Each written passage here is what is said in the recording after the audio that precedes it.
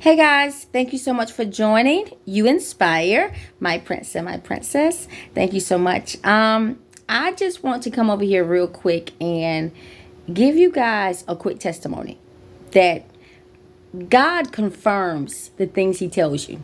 Okay? If you have a question about something, if there's something in your heart, he will confirm it. And if you guys saw yesterday, we posted a video, my kids and I, about canceling Halloween. Our thoughts, our decisions on what we decided to do. This morning, a video got sent to me. Basically, it was terrifying. There was two little kids. One was probably 8, 9 years old, little girl, and another kid that was 2 or 3. They were sitting on a bench, nicely decorated, with some harvest type things around, and mommy dad is feminine. Out comes 3 scary monsters. Okay, I'm talking about Michael Myers, Freddy Krueger.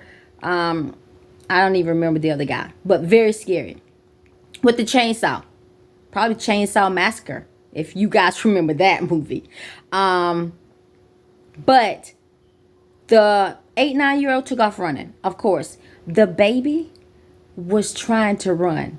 The baby was standing up on a chair when the guy with the chainsaw came out, startled the little child. The child took off running, fell on the chair, lay there crying. They huddled around him with the chainsaws. Okay, he stood up. I think it's a little boy. He stood up and they're around him and he's looking around like he has nowhere to go. This little boy is screaming, crying his lungs out. While obviously the parent, the guardian, is filming this. And they're watching this. This little boy standing there for a few seconds. Like, where do I go? What do I do? How do I get away from this? Because 3 guys are surrounding him to basically, he kind of maneuvered through one of them and took off running. And one even kind of followed behind him. It was horrible. And to me, that was just confirmation of this is what this Halloween is about. This is what this holiday is about. It's about the spirit of fear. It's to invoke fear. And we know that the Bible said God has not given us a spirit of fear, but of power, love, and a sound mind. And can you imagine? I can remember some things that happened when I was 3, 4, 5. I can remember those things, because they were either very special to me or very traumatic to me. So what do you think this little kid is going to remember about this day? What fears are we invoking on our kids? And you know what? I'm sure it's fun and games. I'm sure the person behind the camera is laughing and joking because they know there's no real threat. There's no real threat. You know, it's we're watching you. They're not going to hurt you. They're actors. It's not a big issue. It's not a problem. But to that child, that's real. To that child, this is present. To that child, this is now. This is what's happening to me. And where's mommy and daddy? Where are you at? So what fear is going to be deposited into that child because of that incident? That's what this whole thing is about. It's about fear. And how many of us adults still deal with fear today on a whole lot of different levels? It's like, there's people who got phobias of clowns and stuff. Where did that come from? What happened? What traumatic experience made you think a clown was a negative thing? The circus is supposed to be about fun and laughter and having fun. So how did it turn to be something that's negative? You had to have some traumatic experience. You had to see something that invoked that fear in you. That's what this is about. It's just as simple as that. And that's what the devil wants to do. He wants to be trapped and wrapped up in fear. We can't even accomplish some things as parents.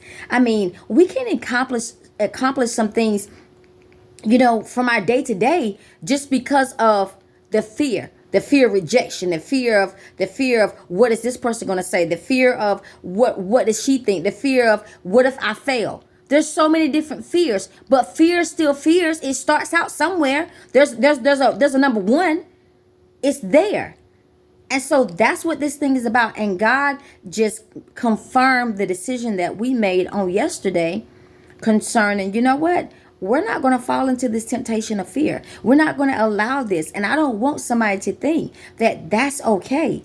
That is horrible. What if somebody pulled a prank on an adult and came into your house with play guns and try to rob you at your house?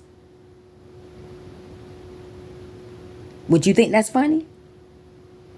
Would you think that's a joke? Or would you be scared out of your life? Would you be horrific? Like, this is horrific. This is horrible. Who would do this? Like, why would you do this? Because you understand the magnitude of what that reality really looks like. Well, to the child that just got, good Lord, I don't even know what you want to call it, because it was horrible. I'm not even going to, say where it came from, post it. I'm not going to do that, because I'm not giving that any attention as far as watch that video. I'm not doing that.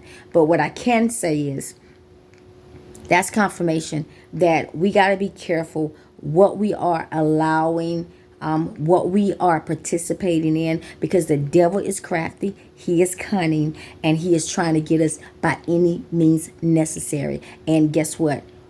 If we don't be careful, we'll fall into a trap. But like I said yesterday, if you fall into a trap, get back up. Mr. Prince, get back up. Miss Princess, get back up. It's not too late. It's not too late. It's not over. You can start again. It's not. But you first got to make the decision to say, hey, guess what? This isn't right. And I'm going to turn around. I hope this inspires you to be you, to be the best you that you can be, and not be a copycat, because there's nobody else like you. God made you specifically for a purpose and for a plan. And guess what? He has a purpose and a plan for you. And whatever that is, I am challenging you to reach for the stars. Reach for it, because that's what he made you for. That's what he called you for. So I hope you have a great day, and just want to say, hey, you inspire somebody today. Bye-bye.